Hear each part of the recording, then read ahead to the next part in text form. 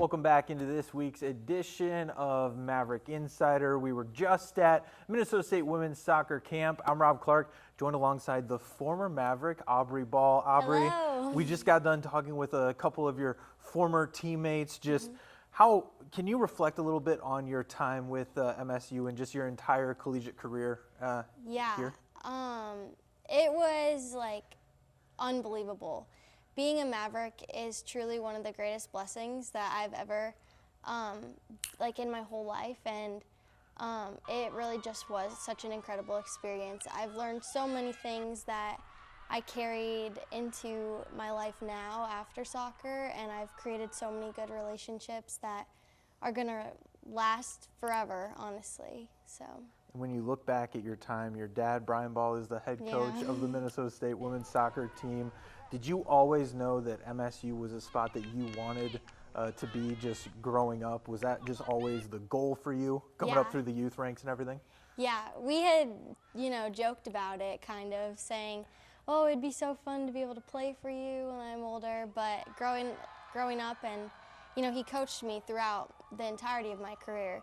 And I just knew I wanted to play for him. I really did. And getting to be around the Mavericks, like the team, and just everything that they're a part of, or everything that they do, and the culture and everything is just so great. I just knew I wanted to be a part of it. And I'm so, so incredibly blessed that I was able to be a part of it.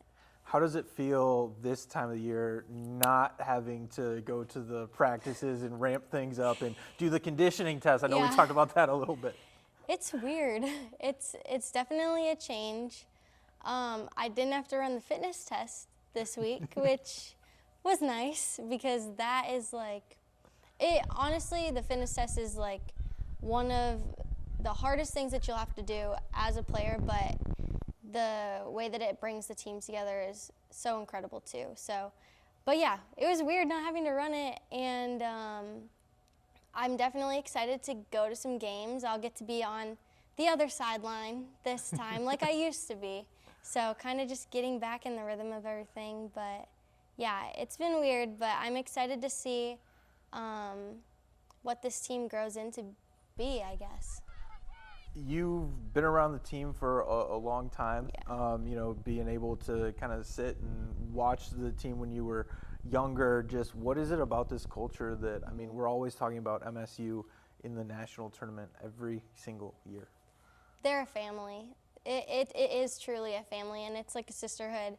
The girls, the coaches, everyone just wants the very best for you, and they want to see you flourish not only as a player but as a person as well.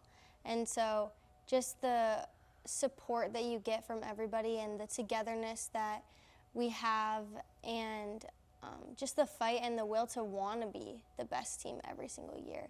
We have a reputation to uphold at MSU, and we got to uphold it. So there's a little bit of pressure there, but together as a family, they're able to get through it. How difficult is it to be a family when there's just so many players? We were talking about with Ella earlier, and she's like, well, I have 41 sisters.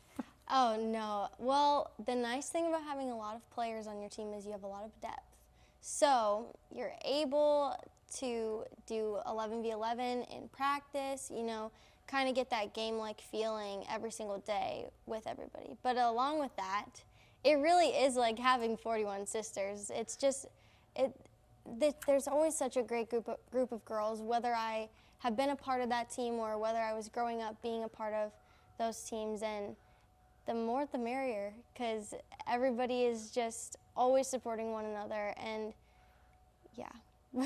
Coming up through the Mankato soccer ranks, some of those players that you played with at MSU were opponents in high school. You played for Mankato West. Ella, Julia played for Mankato East. How fun was it to play with them for Mankato United, against them in the high school, and then also come together and be going to a national championship game and everything with those girls? It's unbelievable, honestly. It's one of the greatest things I've ever gotten to experience.